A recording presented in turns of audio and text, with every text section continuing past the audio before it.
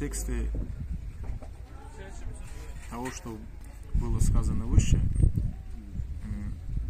события 19 века, когда Ираклий позвал якобы на помощь Грузии Россию, Российскую империю, она к чему привела? Что сама Грузия потеряла свою автономность, независимость.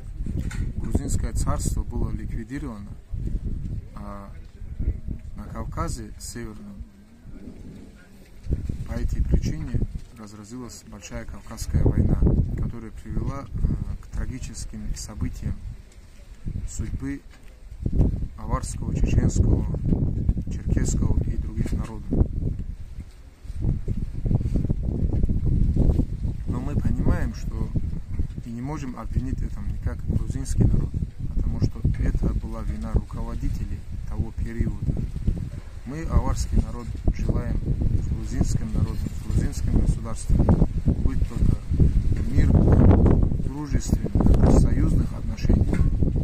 Мы живем на одной земле Кавказа, и мы должны быть как братья на этой земле, развивать свои добрососедские отношения.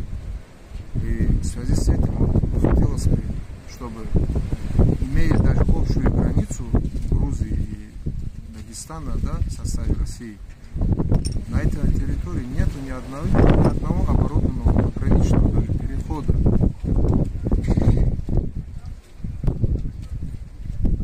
Вот хотелось бы, чтобы с грузинской стороны тоже навстречу пошли, и с российской стороны, чтобы люди могли